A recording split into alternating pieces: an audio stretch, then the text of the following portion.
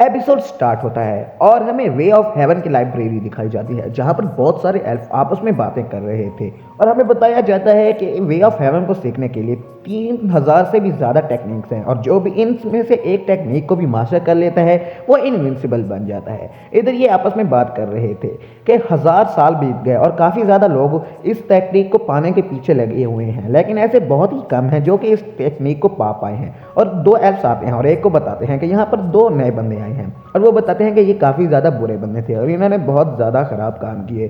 वो उनको कहता है कि तुम ऐसा करो, इनको जाकर हेल में डाल दो और आइंदा से ये तुम ध्यान रखना कि ऐसे बदतमीज़ और घटिया बंदे इस जगह पर ना आने पाएँ। वो कहता है कि ऐसे लोगों को वे ऑफ हेवन सीखने के लिए तुम लोग इजाज़त मत दो और ये लोग भी ऐसा ही करते हैं। और इधर वो बोलता है कि यहाँ पर क्या जियान अभी तक नहीं आई, तो वो बताता है कि नहीं, मुझे लगता है कि वो अभी भी वहीं फंसी हुई है और अभी तक उसने कुछ सोचा नहीं। अगर वो ऐसा करती रही तो वो हमेशा के लिए उस जगह पर फंस जाएगी।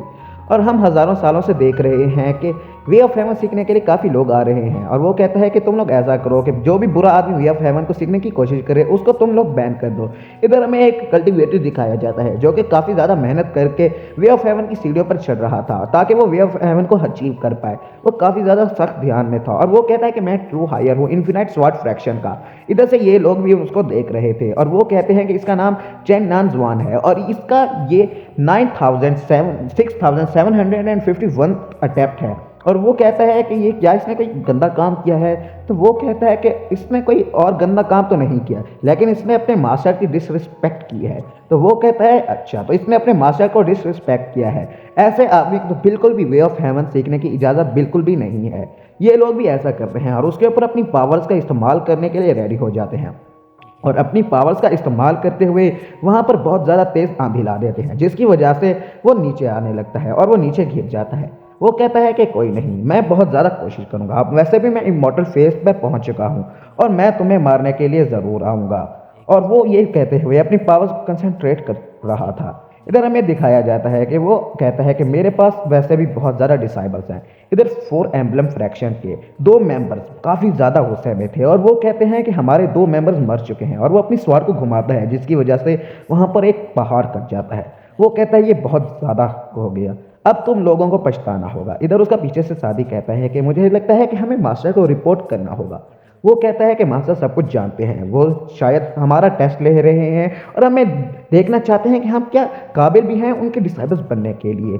वो कहता है कि आप सही कह रहे हैं और वो पूछता है कि उनका एक डिसाइबल भी था जिसका नाम ज़ीरो था, तो उसका क्या हुआ। वो बताता है कि उसका ज़ीरो वो आज तक किसी को नहीं दिखा और वो काफ़ी ज़्यादा पावरफुल है। इधर ये कहता है कि हम लोग भी इलाइट मास्टर्स हैं लेकिन वो हद से ज़्यादा पावरफुल है और उसकी पावर यहाँ तक है कि उसके सामने 3 से भी ज़्यादा इमॉर्टल फेज के कल्टीवेटर एक साथ बिल्कुल भी नहीं टिक सकते। वो कहता है कि जी सर, आप बिल्कुल सही कह रहे हैं।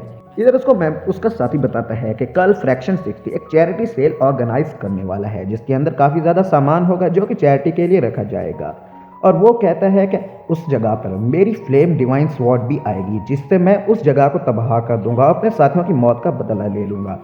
इधर एक और लीडर अपने एल्फ लीडर को बता रहा होता है कि क्या तुम न्यू डेड कल्टीवेटर को एक्सेप्ट करने के लिए तैयार हो। तो वो कहता है कि अब कुछ करना ही होगा। वो कहता है क्या वो वाइट लिस्ट वाला है जो आने वाला है। इधर इधर वो पूछता है कि ये वाइट लिस्ट क्या है और वो उसको बताना ही हो रहा होता है कि यहाँ पर सीन शिफ्ट हो जाता है और हमें प्रोफेसर पैन दिखाई जाती है जो कि अपने क्लास के सभी बच्चों को बता रही होती हैं कि कल एक चैरिटी सेल ऑर्गेनाइज होने वाली है और उसमें तुम सभी बच्चे अपना वो सामान लाना जो तुम लोग इस्तेमाल नहीं करते या फिर उस चीज़ की तुम्हें कोई भी ज़रूरत नहीं है, ताकि हम उसको गरीब फ्रैक्शंस को बांट सकें ताकि वो और भी ज़्यादा कल्टिवेट कर सकें और ख़ुद को पावरफुल बना सकें।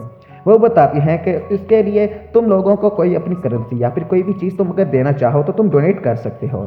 तो इधर उसकी स्वाट वांगलिन से पूछती है कि मास्टर आप क्या डोनेट करने वाले हैं। इधर वो नौजवान एक पिल खाता है और कहता है कि भाई मैं तुम्हें नहीं छोड़ने वाला और कहता है कि मेरा नाम चेन नान जुआन है और मैं तब तक कोशिश कर रहा रहूँगा जब तक कि मैं वे ऑफ हेवन को अचीव ना कर पाऊँ। इधर वांगलिन एक बॉक्स को देखता है और उसके ऊपर एक सील लगी हुई थी। फ्रॉगी 2 पूछता है कि मास्टर ये क्या है। वांगलिन उससे कहता है कि फ्रॉगी 2 क्या तुम मेरे साथ चलना चाहोगे। तो फ्रॉगी 2 भी इसके लिए रेडी हो जाता है और वो दोनों उस सील से एक पोर्टल के अंदर जाने लगते हैं। फ्रॉगी 2 ये देखकर काफ़ी ज़्यादा हैरान था और वो दोनों उसके अंदर ही इंटर करते हैं और हम देखते हैं कि वो उस वे ऑफ हेवन लाइब्रेरी पर पहुंच चुके थे। फ्रॉगी टू ये देखकर बिल्कुल भी हक्का बक्का हो चुका था और वो सोचता है कि ये आखिर कैसे पॉसिबल है और इसका कबर्ड आखिर वे ऑफ हेवन की लाइब्रेरी से कनेक्टेड कैसे है। वो सोचता है कि मेरा मास्टर इतना ज़्यादा पावरफुल है, मैं इतने सालों से इस घर में रह रहा हूँ और मुझे ही इस बात का पता नहीं। भाई बड़े लाल छुपाए हुए हैं इसने। और इधर वांग ने अपनी जेब से एक क्रिस्पी नूडल्स का पैकेट निकालते हुए कहता है कि मैं इस क्रिस्पी नूडल के बदले एक्सचेंज करवाना चाहता हूँ। स्पॉगी टू ये देखता है कि वांगलिन के हाथ कांप रहे थे और वो सोचता है कि इसके तो हाथ कांप रहे हैं, मुझे नहीं लगता कि इसका रिलेशन कुछ अच्छा है। इधर यहाँ पर सारे के सारे लीडर्स सारे आते हैं और कहते हैं कि मास्टर लिंग, हमें नहीं पता था कि आप आ रहे हैं, प्लीज़ हमें माफ़ कर दीजिए। उधर एक और एल्फ पूछता है कि आखिर ये सभी लीडर्स इसके सामने झुक क्यों रहे हैं। दूसरा उसको साथी उसका बताता है कि तुम्हें नहीं पता, ये अकेला आदमी है जो कि फर्स्ट वाइट लिस्ट में है और ये आखिरी और पहला आदमी है जो कि वाइट लिस्ट में आ सका है। फ्रॉगी टू ये देखकर हैरान था और वो कहता है कि आखिर पॉसिबल कैसे है, मेरा मास्टर इतना ज़्यादा पावरफुल कैसे है। फ्रॉगी टू फिर उसकी थॉट से कहता है कि आखिर ये स्नैक के बदले में क्या ही एक्सचेंज करवाएगा। तो वो बताता है कि तुम्हारे लिए ये एक स्नैक होगा लेकिन यहाँ पर इसकी बहुत ज़्यादा कीमत है। इधर वो एक सिल्क वॉर्म लाता है और वो कहता है कि मास्टर लिंक, ये एक सिल्क वॉर्म है और इससे निकला हुआ सिल्क इतना ज़्यादा मुलायम और पावरफुल है कि इससे बना हुआ शर्ट कोई भी नहीं फट सकता और उसके अंदर थंडर रेजिस्टेंट की भी पावर है। वांग ने उसको रिजेक्ट कर देता है। वो एक सोप लाता है जो कि वजन घटा सकता था और वो भी रिजेक्ट होकर नीचे गिर जाता है, जिसके पानी से वो चैन नानजुआन नीचे गिरने लगता है और वो फिसल के नीचे गिर जाता है। तभी वो आता है और कहता है कि मास्टर, ये एम वेलनेस पिल है और इससे आपकी परमानेंट स्पिरिचुअल एनर्जी बढ़ जाएगी, लेकिन ये कल्टीवेशन की रैंक के ऊपर डिपेंड करता है, तो इससे पूरा अंदाज़ा नहीं लगाया जा सकता कि ये आखिर किसके ऊपर वर्क करेगी और किसके ऊपर नहीं।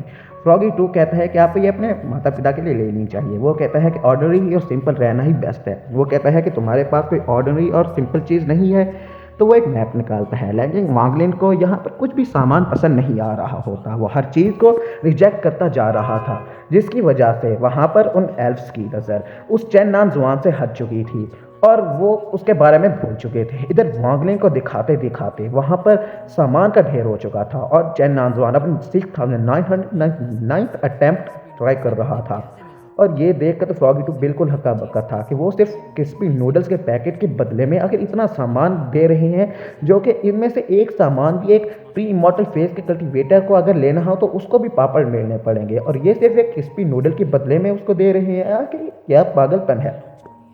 फ्रॉगी टू ये देखकर काफ़ी हैरान है। वो कहता है कि आखिर तुम लोगों को क्रिस्पी नूडल और वांगनिंग को क्रिस्पी नूडल इतना पसंद क्यों है। तो वो उसे बताता है कि जब वांगनिंग छोटा था मैं वहाँ पर आया था और मुझे वहाँ पर एक पेंटिंग देखी थी जिसकी पावर इतनी ज़्यादा थी कि वो एक मैजिक रेलम के वॉजार्ड से भी बहुत ज़्यादा पावरफुल थी और उस स्पिरिचुअल एनर्जी को लेने के लिए मैंने वांगलिन से डील की और मैंने उसको क्रिस्पी नूडल का पैकेट दिया। और ये फर्स्ट टाइम था जब वांगलिन ने क्रिस्पी नूडल ट्राई किए और क्रिस्पी नूडल वांगलिन को हद से ज़्यादा पसंद आए थे। तो यही कहानी थी कि तब से वांगलिन को क्रिस्पी नूडल पसंद है। और ये बताते हुए वो दोनों भूल ही गए थे कि चेन नानजुआन अभी इमॉर्टल वे के लिए खेल रहा है और वो अपना चैलेंज एक्सेप्ट कर सकता है। इधर वांगलिन को भी एक चीज़ पसंद आई थी और उसने वो चीज़ एक्सचेंज में ले ली थी। वो वापस उसे उठाकर घर जाने लगता है और चन्नान जवान कह रहा होता है कि ब्रदर, मैंने आखिर वे ऑफ हेवन अचीव कर ही लिया, अब मैं तुमसे एक स्टेप ज़्यादा पावरफुल हो चुका हूँ, अब मैं तुम्हें हरा दूंगा। ये एपिसोड होता है एंड यहीं पे, तो बाकी इंशाल्लाह नेक्स्ट एपिसोड में। अल्लाह हाफिज़।